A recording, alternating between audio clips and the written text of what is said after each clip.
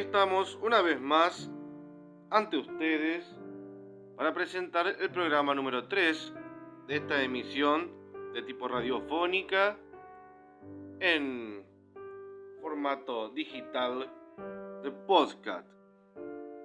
Estamos transmitiendo desde YouTube para usted. Mi nombre es Enrique Caballeros y así comienza este nuevo programa.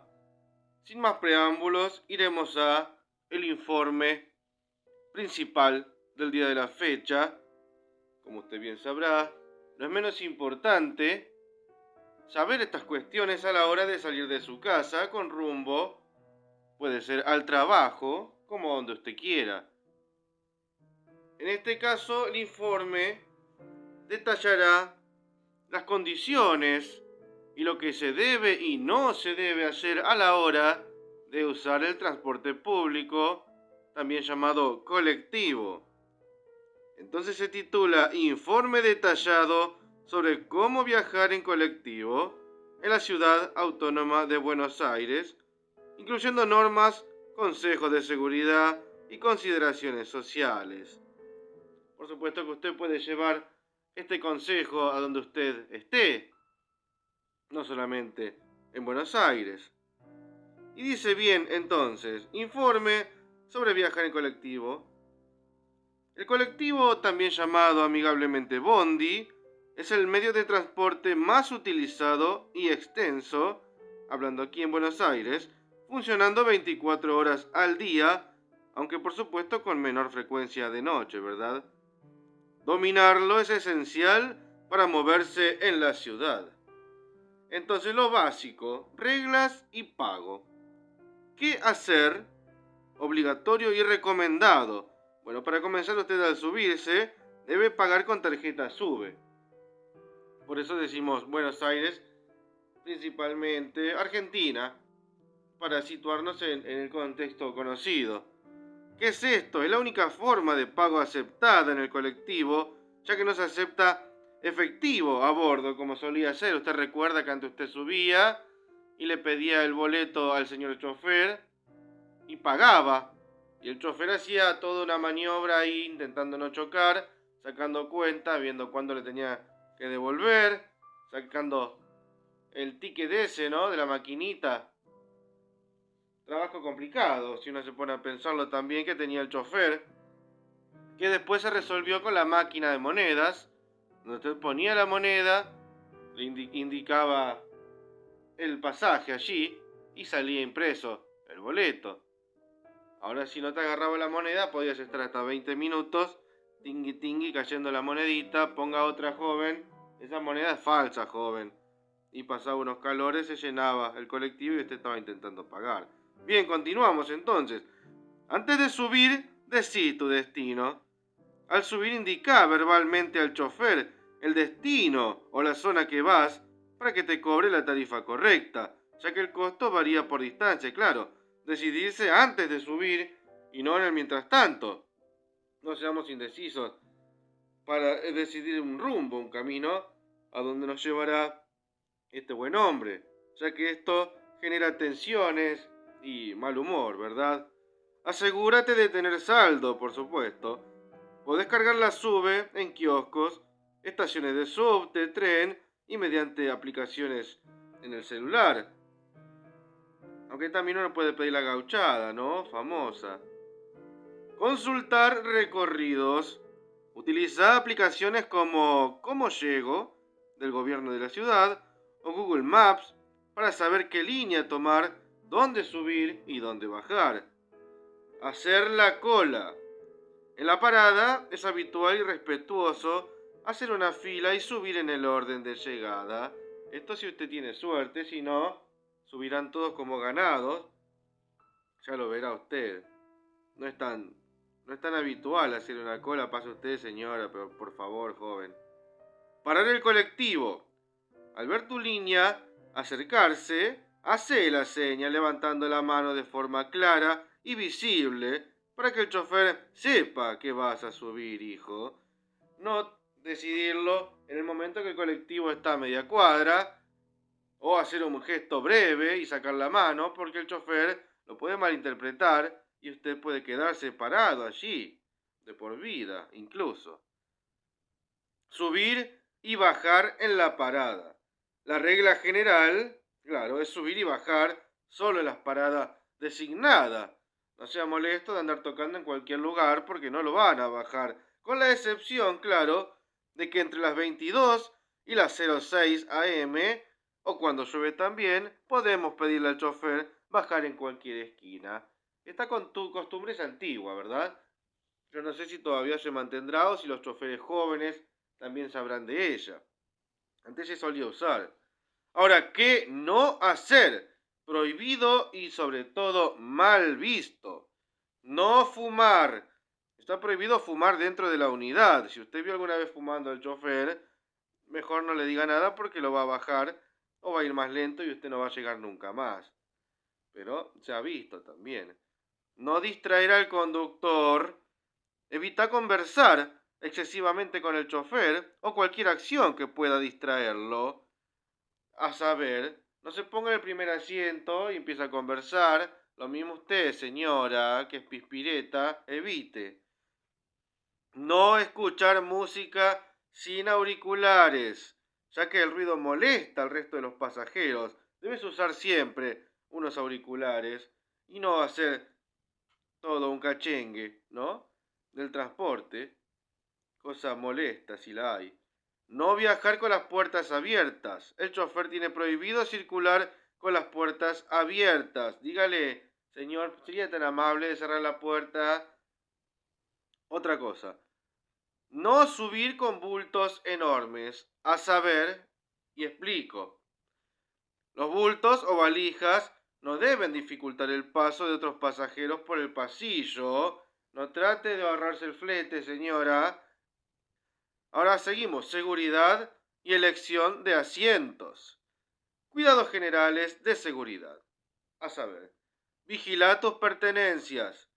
Mantén tu mochila, bolso o cartera siempre delante de tu cuerpo, especialmente en horas pico. Estas son de 7 a 10 y de 17 a 20 aproximadamente, para prevenir carteristas y personas distraídas que se les da por agarrar lo que no les corresponde. Evita mostrar objetos de valor. No uses tu celular, joyas o dinero de forma ostentosa, sobre todo cerca de las puertas. Pero si yo tengo joya o dinero, difícilmente elija usar un colectivo, ¿verdad? Creo que mi situación es la que me lleva a usar estos transportes, señor, si no tendría algún auto lujoso. Entonces bien, sujétate bien, dice, pero cuidado de dónde se agarra, por favor, señora. Al viajar parado, agárrate firmemente de los pasamanos habilitados por el transporte. Claro, sí, usted vio, ¿no? ¿Dónde están? Los colectivos porteños pueden acelerar y frenar bruscamente y usted puede perder los postizos, señora. Subir y bajar. Asegúrate de que el vehículo esté completamente, esta es una cuestión, completamente detenido, señora, antes de descender. Toca el timbre o pedí la bajada con anticipación. No se ponga a gritar, chofer, la para... No, porque usted tiene un timbre delante suyo. En caso de que esté inhabilitado, bueno, tómese el atributo de pedirle, pero no vea la parada ya en la esquina y toque ahí el timbre porque no la van a bajar, señora. Sepa entender usted. Estamos trabajando para su mejora. Entonces, decía, cuidados a la hora de elegir un asiento, prioridades sociales. ¿A qué nos referimos con esto? Y dice, asientos reservados. Hay al menos 2 asientos cerca de las puertas, generalmente señalizados con un cartel arriba, usted lo va a ver, que tienen prioridad obligatoria, claro que sí. No elija ese, señora, porque la van a hacer parar a cada rato. Ceder el asiento. Debes ceder inmediatamente tu asiento en las siguientes situaciones. Personas con discapacidad o movilidad reducida también llamada. Personas adultas mayores, mujeres embarazadas, no se haga el dormido, ceda el asiento. Personas con niños pequeños en brazos, asientos delanteros. Otra situación, los menores de 12 años no pueden viajar en los asientos ubicados en la parte delantera del colectivo. Sea responsable. Ahora bien, como siempre decimos, este informe tiene la función de ser un servicio. Consejos de interacción social para usted, que se sube más que nada que a buscar si engancha algo. El colectivo como escenario, entonces. El colectivo es un espacio público donde la norma es la reserva y el respeto del espacio personal, ¿verdad? Especialmente entre extraños.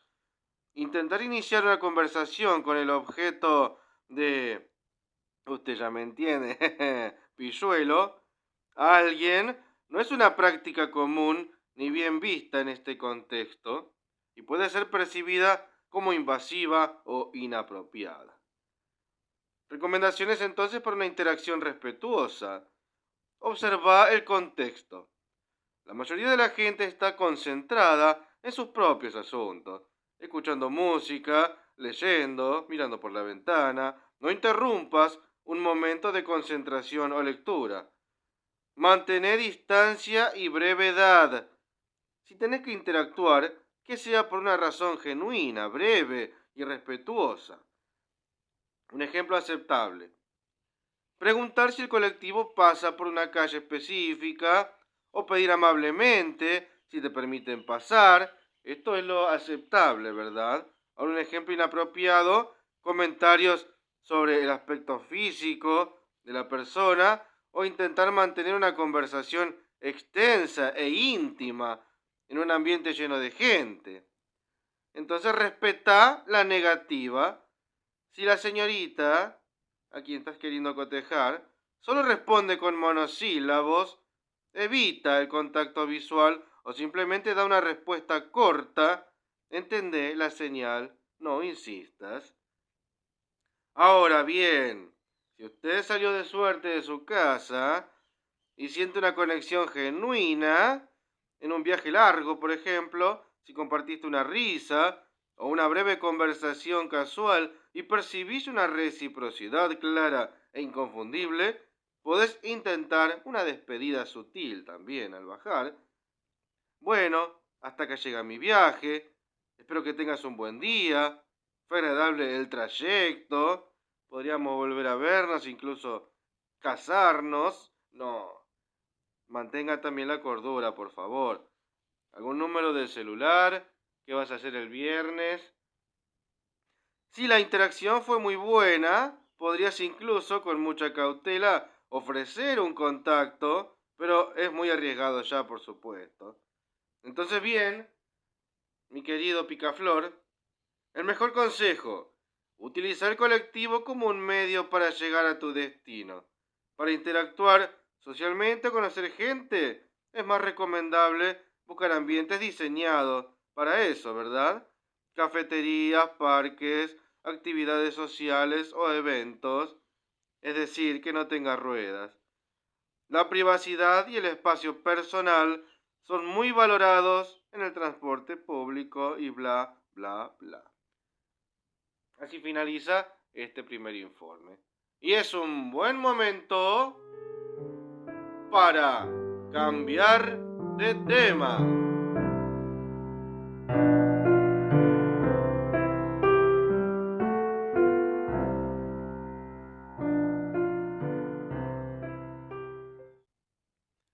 Bueno, bien, y cambiando de tema, hablaremos en esta oportunidad de un personaje situado más bien en el siglo XV, podríamos decir, principio del siglo XVI, el llamado Rosso Fiorentino, apodado, cual su nombre en realidad era Giovanni Battista di Jacopo, apodado Rosso Fiorentino, sepa usted, porque rojo fiorentino sería una apreciación a su cabello rojizo.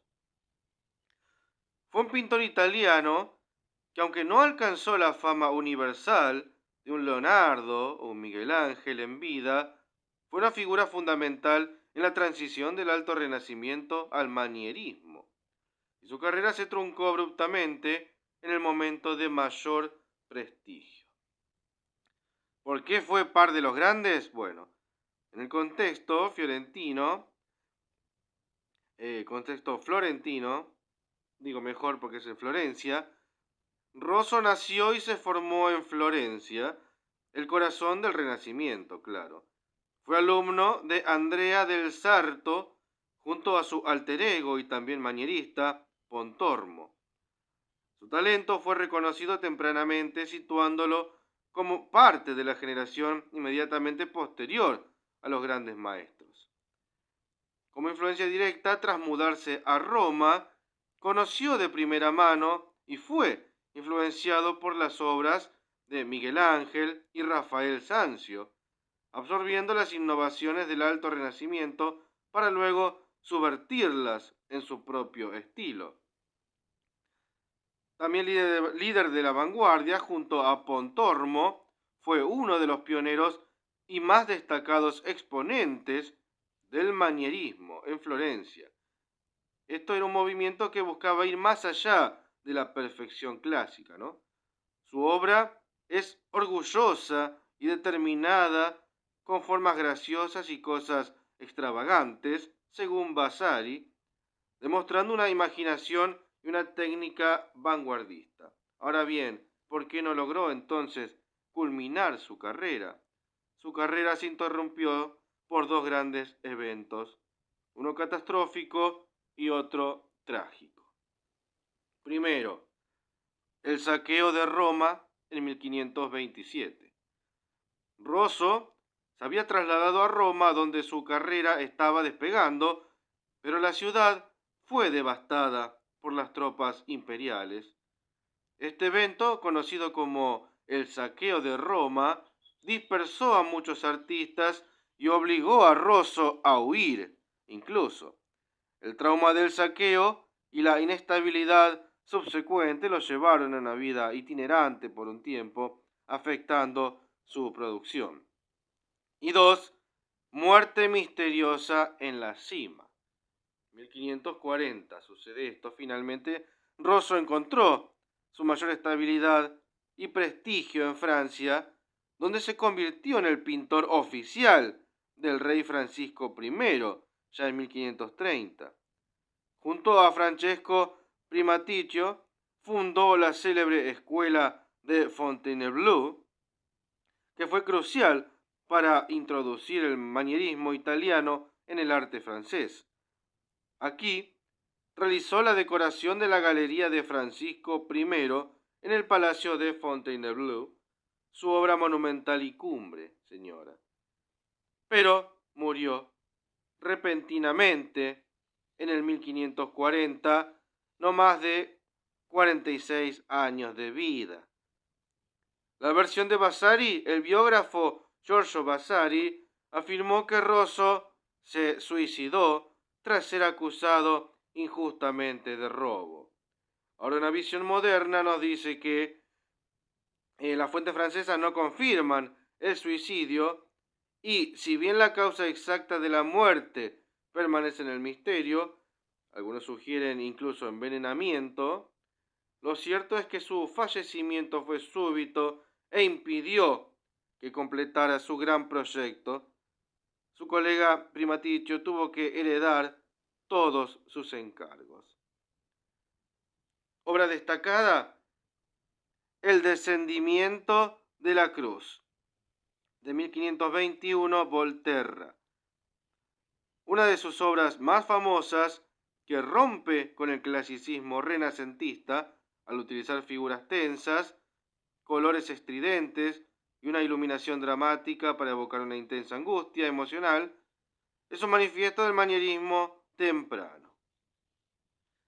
Entonces, con esto damos por sabido y conocido a un nuevo integrante del programa, que es el buen amigo Rosso Fiorentino. Espero que lo haya disfrutado tanto como yo. Siempre es bueno, ¿no?, traer unas cuestiones de este estilo para conocer un poco más sobre aquellos personajes que por alguna situación de la vida se trunca su camino, porque no todos son fama y lujos, ¿verdad? habemos los que no encontramos aquella estrella, señora. Y aquí, en este programa, le damos el lugar que corresponde en la historia. Bueno, muy bien. Y ahora finalizado, a mí se me ocurre que es un buen momento para el relato.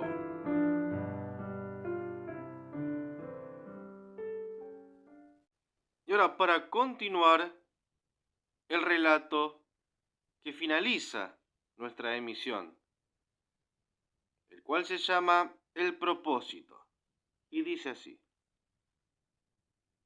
Ricardo despertó sin la claridad de un propósito, solo con la necesidad imperiosa de encontrarlo. Las calles porteñas al amanecer eran un lienzo gris y prometedor. Dejó el amparo de su pensión y se perdió en el deambular sin rumbo, cada paso un interrogante. Cruzó una calle de adoquines y sus ojos se detuvieron en la cicatriz antigua de la ciudad. Unas vías de tranvía, olvidadas, mudas testigos de un tiempo que ya no era. Esa visión lo golpeó con la fuerza de una revelación absurda. Como un moderno Ulises, cansado de la normalidad y hambriento de una gesta que fuera solo suya, decidió que su destino no era algo a buscar, sino algo a crear, y su obra cumbre, su gran locura, que le generaría la pasión y la intriga que tanto anhelaba, sería esperar a que aquel tranvía regresara. Sabía que era imposible, que las ruedas ya no chirriaban sobre ese acero desde hacía décadas, pero la inutilidad de la tarea le daba una belleza épica. Se sentó en el cordón de la vereda, justo donde el poste de luz proyectaba una sombra corta. Encendió un cigarrillo y fijó la vista en el horizonte de los rieles. Al principio los vecinos solo notaron al nuevo vagabundo, pero pronto la persistencia de Ricardo, su pose inmutable, su mirada fija, despertó la curiosidad. Se paraban en el umbral de sus casas, ahora distantes, a mirar al loco del tranvía. Las viejas de la cuadra, con el pragmatismo compasivo de Buenos Aires, comenzaron a acercarle un mate cocido, un trozo de pan, un vaso de vino. Lo hicieron con timidez al principio, claro. Luego, con una tierna aceptación de su excentricidad. Algunos más directos se acercaron. «Pibe, es al dope que esperes», le decían. «No pasa más. Hace como 30 años que no pasa». Ricardo solo sonreía. Un gesto sereno que decía: «Yo sé lo que hago». Su destino no era tomar el tranvía, era esperarlo. Pasó el primer día, la primera noche, con el olor a humedad y asado de medianoche. Luego el segundo. Ricardo fumaba, comía en el cordón y cada tanto se levantaba perdido en algún profundo pensamiento sobre el vacío o la existencia. Pero si se alejaba más de 10 metros, un súbito pánico lo hacía regresar corriendo. Y si justo en ese instante pasaba de largo, no podía permitírselo. A la tercera noche, la luna era un anzuelo plateado en el cielo oscuro. Ricardo se adormilaba, el cuerpo dolorido, cuando un sonido lo taladró. Un chirriar metálico, lento, profundo. Un sonido imposible. Abrió los ojos de golpe y miró a lo lejos, donde las vías se fundían en la oscuridad. Y sí, allá venía, con un farol amarillento y una silueta familiar. El tranvía se acercaba, traqueteando y balanceándose, venciendo el tiempo y la lógica. Los ojos de Ricardo se pusieron vidriosos, no de tristeza, sino de la realización más pura que había conocido. Había desafiado lo imposible y lo imposible había cedido. El tranvía se detuvo, justo frente a él. La puerta se abrió con un soplido de aire viejo y un señor con gorra de visera y rostro cansado se asomó desde la cabina. ¿Sube?, preguntó con una naturalidad que ignoraba los 3 días de espera y los 30 años de ausencia. Ricardo se levantó, sintiendo el peso de su cuerpo y la ligereza de su alma. Miró el interior cálido del tranvía, el destino tangible que se le ofrecía. Tomó una bocanada de aire profundo, el olor a aceite y electricidad vieja llenando sus pulmones, y entonces, con una sonrisa aún más grande que la de su primer día, dijo simplemente: no, gracias, ya no. El señor del tranvía asintió sin sorpresa. Cerró la puerta y la máquina fantasma siguió su camino, el chirrido alejándose hasta volverse el silencio original. Al llegar la mañana, Ricardo se sacudió el polvo, dejó el cordón y caminó con paso lento pero firme de regreso a su pensión. No llevaba un pasaje, pero sí había completado el viaje.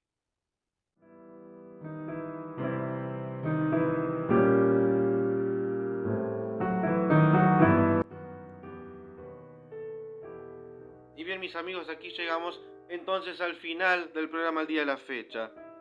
Creo que el destino no es un punto de llegada, sino la intensidad con la que se vive la espera, ¿verdad? Porque Ricardo, a fin de cuentas, no quería el viaje en tranvía. No, es lo que estaba buscando, lo que quería, como puedo querer yo, es la pasión, la intriga y el propósito que su absurda espera le generaban, ¿verdad? Entonces, al negar el ascenso, afirmó que el verdadero logro no era tomar el tren, como uno dice, sino la fe inquebrantable que hizo que el tren llegara. Entonces, lo que yo quiero no es ver o creer, sino que quiero que sea.